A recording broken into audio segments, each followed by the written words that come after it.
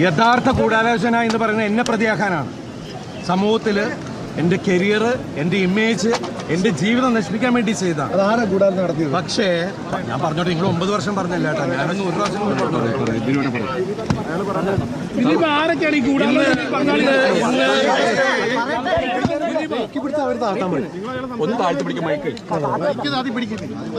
ഇന്ന് എനിക്ക്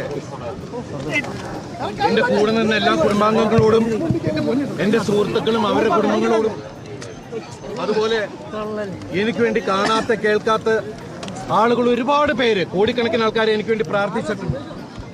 അവരോടൊക്കെ ഞാൻ ആത്മാർത്ഥമായിട്ടുള്ള നന്ദി പറയുകയാണ്. അതുപോലെ ഈ 9 വർഷത്തോളം എനിക്ക് വേണ്ടി അഹോരാത്രം എനിക്ക് വേണ്ടി അത് ആത്മാർത്ഥമായിട്ട് ഡിഫെൻഡ് ചെയ്ത എൻ്റെ പ്രിയപ്പെട്ട ലോയേഴ്സ്, അതില് നിങ്ങൾക്ക് എല്ലാവർക്കും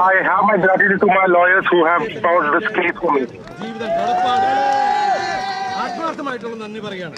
അതുപോലെ അദ്ദേഹത്തിന്റെ കൂടെയുള്ള പിന്നെ എന്റെ കോളേജ് മേറ്റ്, എന്റെ സീനിയർ ആയിരുന്ന ഫിലിപ്പ് ടി വർഗീസ്,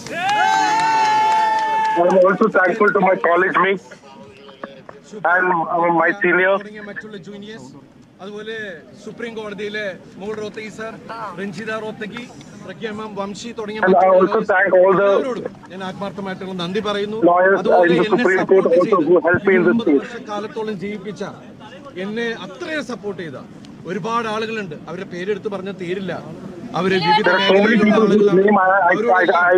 ഈ നിമിഷത്തിൽ